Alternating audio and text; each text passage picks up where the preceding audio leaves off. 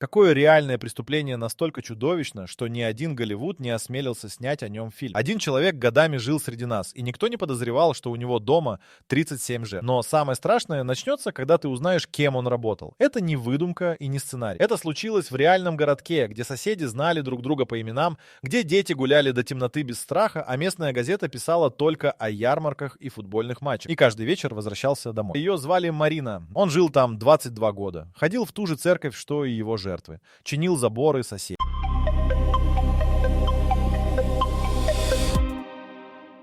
23 года работала кассиром в продуктовом магазине на углу Липовой. Каждый вторник после смены она шла домой пешком. 1 километр 200 метров через парк. Это знали все, кто покупал у нее хлеб и молоко. Знал и он. Марина пропала в среду 14 сентября 2001. Не в парке, как решила полиция с первых часов, а прямо у магазина. Камера у входа зафиксировала, как она вышла в 8:40 вечера и повернула не в сторону парка, а к стоянке. Ее мать позвонила в полицию в полночь. Там стоял его синий фургон. Эту запись следователи нашли только через 3 года. Дежурный сказал, что взрослый человек должен отсутствовать 48 часов, прежде чем объявлять розыск. Прошло 2 суток. Потом неделя, потом месяц. Полиция опросила бывшего парня Марины, ее коллег, соседей по подъезду. Его не опросили ни разу. Он не попал даже в список свидетелей, потому что формально не был знаком с Мариной. Так бывает. Молодая девушка захотела новой жизни, не предупредила родителей. Местная газета написала заметку на 12 строк. Он просто иногда покупал у нее сигареты. Городок решил, что Марина уехала сама. Через 2 недели о ней перестали говорить даже соседи. Но мать Марины не перестала. Она обошла всех, кто работал на Липовой улице, с фотографией дочери. Зашла и в его дом. Он жил в 180 метрах от магазина в частном доме с зелеными ставнями. Открыл дверь, посмотрел на фотографию, покачал головой. Сказал, что видел девушку несколько раз, но ничего не знает. Предложил чай. Мать отказалась и ушла. Позже она скажет следователям, что в доме пахло чем-то химическим, как в больнице или в фотолаборатории. Она не придала этому значения. Тело Марины так и не нашли. Сказал, что именно после нее понял, что никто не ищет по-настоящему. Что город слишком маленький, чтобы допускать мысль о чем-то подобном. Когда через 22 года он наконец заговорил, то назвал ее первой. Люди охотнее верят в побег, чем в чудовище, которое живет рядом. Следователь, который вел его дело в 2023-м, потом скажет в интервью одну фразу, которую сложно забыть. Марина была не просто первой жертвой. Она была его учебником. Через 8 месяцев после исчезновения Марины 15-летний Дима Коровин шел домой из школы и увидел, как из ворот дома с зелеными ставнями выезжает синий фургон. На заднем сиденье, прижавшись к стеклу, стояла женщина.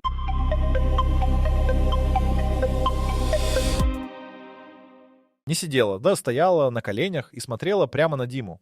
Он успел увидеть ее лицо секунды 3, не больше. Потом фургон повернул за угол. Дима пришел домой и сразу рассказал матери. Мать позвонила в полицию. Приехал участковый Геннадий Фролов, 42 года, 20 лет в органах. Выслушал Диму, записал в блокнот, потом спросил: «Ты точно видел лицо или тебе показалось?» Дима сказал: «Точно видел». Фролов кивнул, убрал блокнот и мне сказал, что разберет. Хозяину дома с зелеными ставнями он зашел на следующий день. Тот объяснил спокойно, возил тещу к врачу, женщина пожилая, неудобно сидит, вот и встала на колени на заднем сиденье. Фролов не попросил контакт тещи, не проверил, есть ли у него теща вообще. Закрыл проверку в тот же день, написал в рапорте. Информация не подтвердилась, жалоб нет. Дима не успокоил. Он вернулся к тому дому на следующей неделе и простоял напротив 40 минут наблюдая. Хозяин вышел на крыльцо, увидел мальчика, помахал рукой и улыбнулся. Дима ушел. Потом еще дважды рассказывал об увиденном с учителю и отцу друга, который работал в районной администрации. Учитель сказал, что у подростков богатое воображение. Отец друга сказал, что этот человек уважаемый житель, помогает с ремонтом клуба и никогда не был замечен ни в чем плохом. В 2023-м, когда арест уже состоялся и его имя появилось в новостях, Диме было 37 лет. Отец друга сказал, что этот человек уважаемый житель, помогает с ремонтом клуба и никогда не был замечен ни в чем плохом. В 2023-м, когда арест уже состоялся и его имя появилось в новостях, Диме было 37 лет. Он жил в том же городе. Увидел фотографию в телефоне и сразу набрал номер следственного комитета. На допросе он воспроизвел все до деталей. Цвет фургона, угол поворота, выражение лица женщины в стекле. Следователь сверил даты. Женщина в фургоне, которую видел Дима. Предположительно, вторая жертва. Ее исчезновение зафиксировано через 3 дня после того, как Дима стоял напротив дома. Участковый Фролов к тому времени вышел на пенсию. Его нашли и допросили. Он сказал, что не помнит того вызова. Блокнот с записью не сохранился. Это не единственный случай, когда на него указывают. В 2006-м соседка по имени Валентина Сергеевна заметила запах, который шел из подвальных окон его дома 3 дня подряд. Описала его в разговоре с подругой как сладкий и тяжелый, как будто что-то гниет. Подруга посоветовала не лезть не в свое дело. Валентина Сергеевна послушала. В 2011-м молодой почтальон отказался заходить на участок после того, как увидел в приоткрытую дверь сарая нечто, что он описал как много веревок и металлических крючьев на стене. Начальник почтового отделения объяснил ему, что у людей бывают хозяйственные сараи, и предупредил, что следующий отказ от маршрута закончится выговором. Каждый из этих людей видел фрагмент. Никто не сложил их вместе, потому что никто не разговаривал друг с другом. Маленький городок с виду — это место, где все знают все. На самом деле, то это место, где каждый знает только свое и не хочет чужого. Он работал электриком в городской службе коммунального хозяйства 20 лет.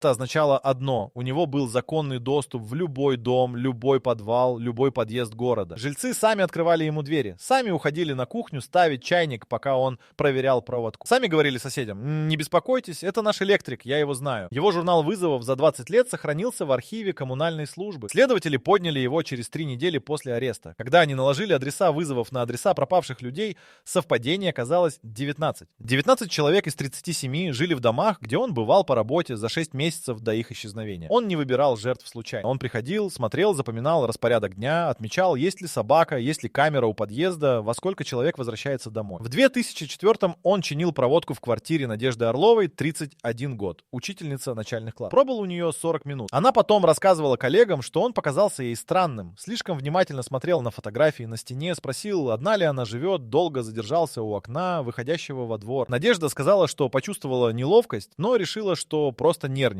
потому что не привыкла к чужим в доме. Она написала жалобу в коммунальную службу, не на него лично, а общую. Прошу впредь предупреждать заранее о визите мастера. Надежда Орлова исчезла через 4 месяца. Она шла с работы в пятницу вечером и не дошла 200 метров до подъезда. Его коллеги по работе описывали его одинаково: тихий, исполнительный, никогда не опаздывал, никогда не грубил. Начальник участка Виктор Панов говорил на допросе, что за 20 лет не получил на него ни одной серьезной жалобы. Панов не знал про жалобу Надежды Орловой. Она осела в общей папке входящей корреспонденции и была списана в архив без рассмотрения через полгода. На корпоративах он пил умеренно, дарил коллегам открытки на дни рождения, однажды помог напарнику перевести мебель. Его уважали. Его звали по имени-отчеству, хотя в бригаде все обращались друг к другу просто по имени. Он сам попросил об этом в первый рабочий день. Сказал, что так привык. Никто не задумался, почему человеку важно, чтобы его называли официально. Следователи потом предположат дистанцию. Он выстраивал ее намеренно. Уважение без близости, присутствие без контакта. В 2009-м на одном из вызовов его напарник Сергей Бычков случайно зашел в комнату раньше времени и увидел, как он фотографирует планировку квартиры на телефон. Сказал хозяйке, что снимает повреждения для отчета. Бычков удивился, но промолчал. Не его дело, может, новый регламент. Когда Бычкова вызвали на допрос в 2023-м, и он вспомнил этот эпизод, то замолчал на несколько секунд, а потом сказал тихо: «Я мог остановить это в 2009-м. Я просто не спросил». Телефон с фотографиями нашли при обыске. Снимков было 412. Квартиры, подъезды, дворы, маршруты, аккуратные папки, подписанные инициалами. Следователь, разбиравший телефон, сказал, что это выглядело как рабочий архив. Методично, аккуратно, без единой лишней фотографии. В 2008-м полиция все-таки вышла на него. Не через свидетелей и не через жалобы. Через случайность.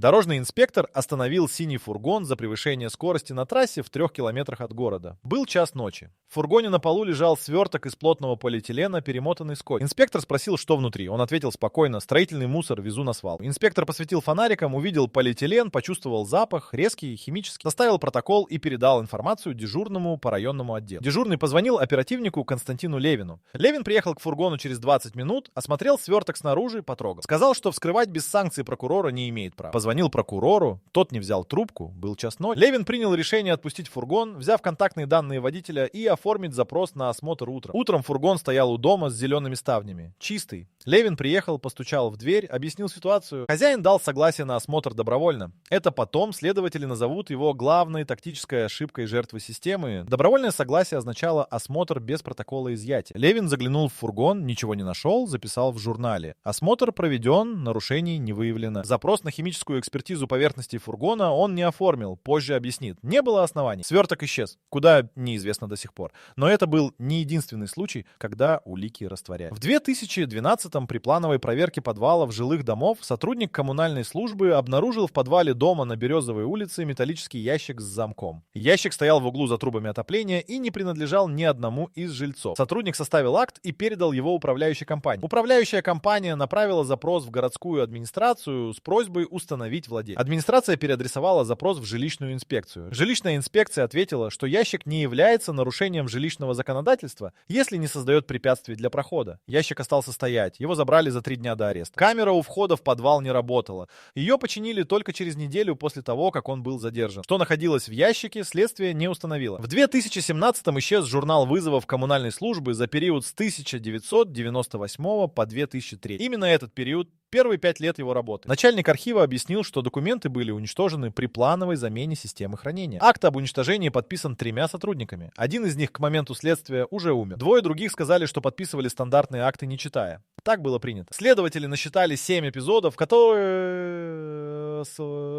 которых улики либо исчезали, либо не фиксировались вовремя. Ни в одном случае они не смогли доказать умысел. Каждый раз это была халатность, бюрократическая ошибка, технический сбой или просто человек, который не задал следующий вопрос. Он знал систему изнутри. 20 лет в коммунальной службе — это 20 лет наблюдений за тем, как работают проверки, кто и когда приходит, что фиксируется, а что нет. Он не уничтожал улики сам, он просто знал, что система сделает это за него. В 2014-м полиция арестовала другого человека. Его звали Артем Галкин, 38 лет, без постоянной работы, судимый за мелкую кражу в 2007-м.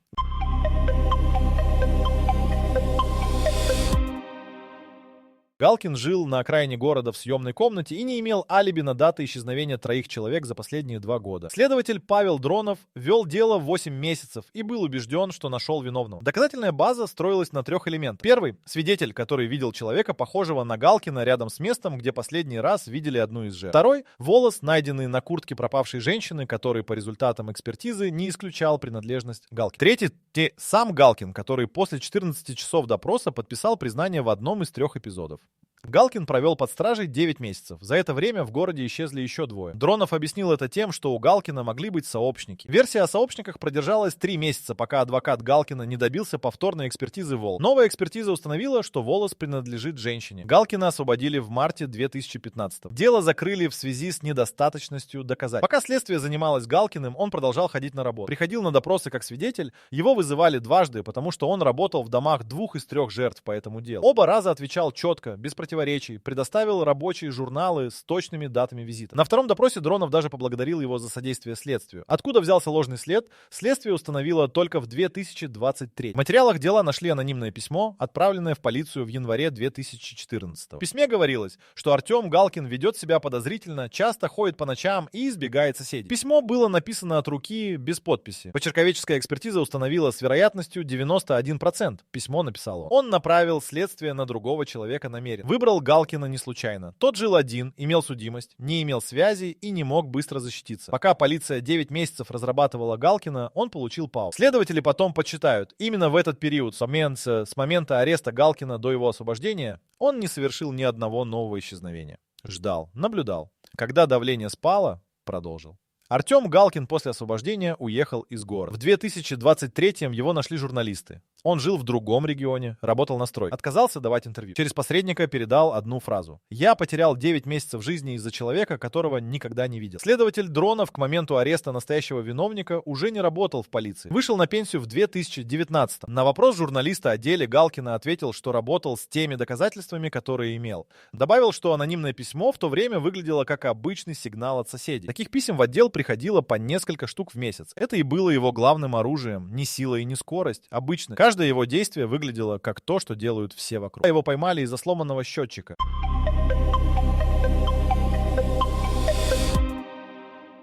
Не из-за следственной работы, не из-за свидетеля и не из-за утечки информации. Жилец 2-го этажа дома на Кленовой улице подал заявку на замену электросчетчика в феврале 2023-го. Пришел молодой мастер, новый сотрудник, в службе 3 месяца, не знал маршрутов и не знал людей. Хозяин квартиры попросил заодно проверить проводку в кладовку. Мастер полез за панель и обнаружил там старый телефон, примотанный изолентой к трубе отопления. Телефон был не хозяйский. Мастер не выбросил его и не передал хозяину. Он сфотографировал находку и отправил фотографию в общий чат бригады с подписью «Нашел странное, что делать». Бригадир сказал сдать в отдел. Мастер сдал. Дежурный принял, зарегистрировал как найденное имущество и положил в ящик стола. Телефон пролежал там 11 дней. На 12-й день молодой оперативник Илья Стрельников разбирал накопившиеся материалы и увидел телефон. Попробовал включить, разряжен. Поставил на зарядку.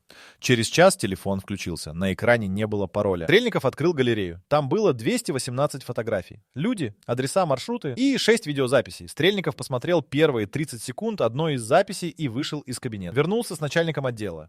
Они смотрели записи вместе еще 40 минут, не разговаривая. Потом начальник снял трубку и позвонил в региональное управление. Телефон принадлежал ему. Это установили за 6 часов. По одной фотографии в галерее, на которой он сам попал в отражение зеркала. Частичный снимок лица, характерная родинка на шее, рабочая куртка с номером бригады на нагрудном кармане. Номер бригады дал имя, имя дало адрес. Адрес — дом с зелеными ставнями. Группа задержания выехала в 5 утра следующего дня. Он открыл дверь сам, в халате, с кружкой чая. Не побежал, не сопротивлялся, не произнес ни слова. Следователи потом скажут, что это был самый тихий арест за их практику. Он просто поставил кружку на полку у двери, протянул руки и посмотрел в сторону. Не на оперативников, а куда-то за их спины, на улицу. Обыск занял 3 суток. В подвале нашли документы, аккуратно упакованные в файлы личные вещи людей. Паспорта, фотографии, ключи. 37 комплектов. Каждый подписан дат. Самая ранняя дата — 14 сентября 2001. Это была дата исчезновения Марины. На чердаке нашли 3 тетради. Мелкий ровный почерк, никаких имен,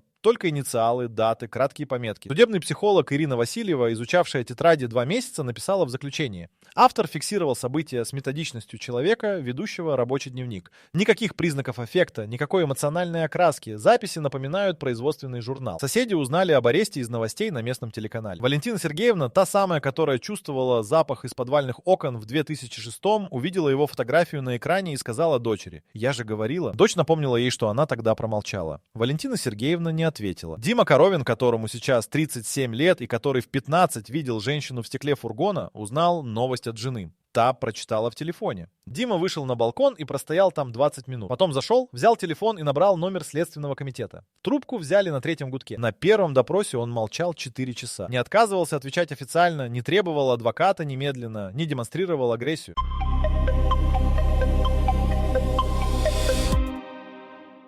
Просто сидел, смотрел на стол и молчал. Следователь Антон Березин, который вел допрос, потом скажет, что за 15 лет работы не видел человека, который молчит так спокойно. Ни напряженно, ни демонстративно, просто тихо, как человек, который ждет автобуса. На 5-м часу он попросил воды. Выпил, поставил стакан ровно по центру стола и сказал: «Спрашивайте конкретно, я отвечу конкретно». Березин спросил про тетради. Он ответил, что да, вел записи. Спросил про личные вещи в подвале. Ответил: «Хранил». Спросил про 37 человек. Ответил: примерно так. Слово «примерно» Березин записал и подчеркнул дважды. Психиатрическая экспертиза длилась 6 недель. Комиссия из 5 специалистов пришла к заключению: вменяем, осознавал характер своих действий, понимал их противоправно. Никаких диссоциативных расстройств, никаких галлюцинаций, никакой клинической патологии, которая могла бы объяснить происходящее органическим нарушением. Просто человек, который делал выбор, каждый раз осознанно. Это заключение разрушило единственное объяснение, которое люди в городе пытались выстроить с момента ареста. Первые дни после новостей соседи говорили между собой: наверное, он был болен, наверное, что-то случилось в детстве, наверное, он сам не понимал. Заключение комиссии закрыло все эти версии одной фразой: понимал полностью. Его биография, которую следователи восстанавливали параллельно с допросами, не содержала ничего, что принято считать маркером. Рос в полной семье. Отец работал инженером, мать — бухгалтером. Учился средне, без отклонений в поведении. Армия, служба без замечаний, демобилизация в срок. 2 года в профессиональном училище. Специальности лектор. Устройство на работу в коммунальную службу в 26 лет. Характеристика с места учебы. Спокойно дисциплинированный. Характеристика с места службы. Исполнительный, неконфликтный. Ни одного привода, ни одной жалобы от соседей за 22 года. Ни одного конфликта на работе, зафиксированного документально. Судебный психолог Васильева, которая работала с ним на протяжении 4 месяцев следствия, описала его в итоговом отчете так: субъект демонстрирует высокую социальную адаптивность, способность точно считывать ожидания окружающих и воспроизводить требуемую модель поведения. Эмпатия как таковая отсутствует, однако субъект успешно имитирует ее на поведенческом уровне, улыбается в нужный момент, выражает сочувствие, когда это уместно, запоминает имена и детали из жизни людей и использует их в разговоре для создания ощущения близости. На одном из заседаний его бывший начальник Виктор Панов сидел в зале и смотрел на него. После заседания журналист спросил Панова, что он чувствует. Панов ответил: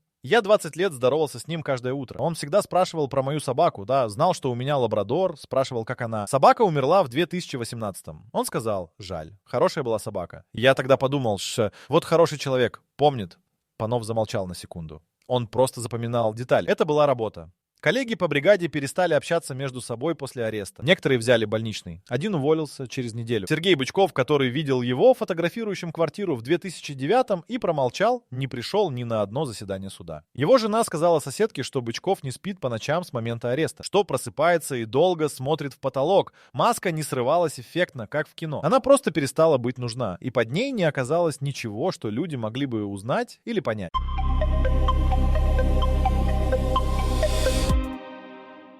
Судебный процесс начался в октябре 2023 и длился 4 месяца. Зал вмещал 40 человек. На первое заседание пришли 112. Стояли в коридоре у входа, на улице перед зданием суда. Судья Елена Крапивина объявила, что заседания будут закрытыми для прессы в части оглашения материалов экспертиз. Журналисты остались за дверью. Родственники жертв остались внутри. Он сидел на скамье подсудимых в сером свитере и смотрел прямо перед собой. На каждое заседание приходил аккуратно причесанным. Адвокат, назначенный государством, пытался выстроить линию защиты через психиатрическое заключение, но комиссия уже закрыла эту возможность. Тогда адвокат попробовал оспорить процедуру сбора доказательств. Телефон, найденный за панелью, был передан в полицию без официального протокола изъятия. Суд отклонил это ходатайство на третьем заседании. На 12-м заседании зачитывали показания свидетелей. Мать Марины, которой к тому времени было 67 лет, говорила 8 минут. Ее голос не дрожал. Она описала день, когда дочь не вернулась домой, описала визит к его дому с фотографией, описала запах. В конце сказала одну фразу, которую потом процитировали все региональные издания. «Я стояла у его двери и пила бы его чай, если бы согласилась». Он не повернул голову в ее сторону ни разу.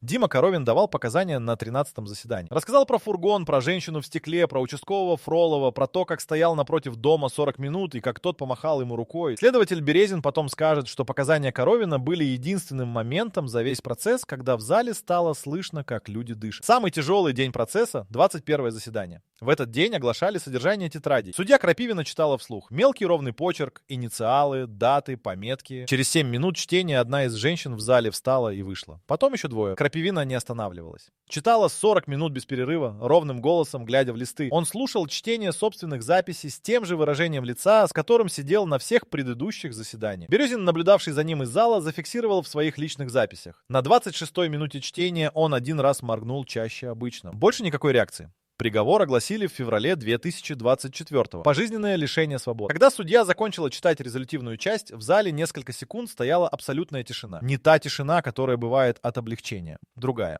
Он выслушал приговор стоя, как того требует процедура. Кивнул один раз. Ни судья, ни залу, непонятно кому. Потом сел. Мать Марины не плакала. Она достала из сумки фотографию дочери, ту самую, с которой 22 года назад обходила дома на Липовой улице, и держала ее в руках до конца заседания. Когда его уводили, она смотрела на фотографию, а не на него. 37 семей получили юридически подтвержденный ответ на вопрос, который они задавали годами. Тела большинства жертв так и не были найдены. Он отказался указать места захоронений. На прямой вопрос следователя Березина ответил коротко: «Не помню».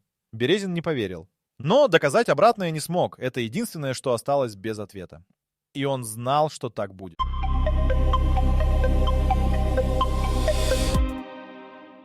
После приговора город не вздохнул с облегчением. Это первое, что отмечают все, кто там жил. Не было ощущения завершенности, не было коллективного выдоха. Были закрытые шторы, короткие разговоры у магазина и люди, которые перестали здороваться с соседями, так же легко, как раньше. Дом с зелеными ставнями простоял еще 8 месяцев после приговора. Муниципалитет не знал, что с ним делать юридически. В сентябре 2024-го его снесли. Никакой церемонии, никакого собрания жителей. Приехал экскаватор в 7 утра, к полудню участок был пустым. Несколько человек наблюдали с тротуара. Никто не аплодировал и никто не плакал. Просто смотрели. Следователь Березин подал рапорт на перевод в другой регион через 3 недели после вынесения приговора. В интервью местной газете, которое он дал перед отъездом, его спросили, что было самым сложным в этом деле. Он ответил не сразу. Потом сказал: «Самым сложным было понять, что мы искали монстра, а нужно было искать электрика». Участковый Фролов, который в 2002-м закрыл проверку по звонку Димы Коровина, получил официальное предупреждение. Максимальное взыскание, которое можно применить к пенсионеру. Оперативник Левин, отпустивший фургон ночью в 2008-м, был уволен из органов через дисциплинарное производство. Он обжаловал решение. Суд отказал. Городская коммунальная служба ввела новый регламент в марте 2024-го. Каждый мастер обязан работать в паре. Все визиты фиксируются видеозаписью на нагрудную камеру. Журналы хранятся 10 лет в 2 экземплярах. Регламент приняли тихо, без объявлений. Повесили распечатку на стенд в коридоре рядом с графиком дежур. Психолог Васильева опубликовала научную статью по материалам дела в апреле 2024-го. Статья называлась «Социальная мимикрия как инструмент долгосрочной безнаказанности». Ее процитировали 42 2 специализированных издания. Главный вывод статьи занимал одно предложение. Наибольшую опасность представляет не тот, кто выглядит иначе, а тот, кто выглядит именно так, как мы ожидаем. Дима Коровин все еще живет в том же городе. После суда он дал одно короткое интервью и больше не общался с прессой. В интервью его спросили, изменилось ли что-то для него лично после приговора. Он сказал: «Я 22 года думал, что не так что-то во мне, раз никто не поверил. Теперь я знаю, что все было правильно. Просто система не была готова услышать 15-летнего мальчика». Мать Марины живет на той же улице. Фотография дочери стоит на подоконнике. Тело Марины не найдено. Официально она по-прежнему числится в базе пропавших без вести. Такова юридическая процедура при отсутствии останков. 23 года, кассир, Липовая улица. Последний раз видели 14 сентября 2001. В начале этого ролика прозвучал вопрос: какое реальное преступление настолько чудовищно, что Голливуд не осмелился снять о нем фильм? Ответ не в масштабе и не в жестокости. Ответ в том, что здесь нет ничего исключительного внешне. Нет готического особняка, нет безумного взгляда, нет момента, когда все стало очевидно. Есть синий фургон, рабочая куртка с номером бригады и человек, который каждое утро спрашивал начальника про его лабрадора. Именно поэтому это невозможно превратить в зрелище, потому что это не про монстра, это про то, как работает доверие и как легко им пользоваться, если знать, что люди предпочитают не задавать следующий вопрос.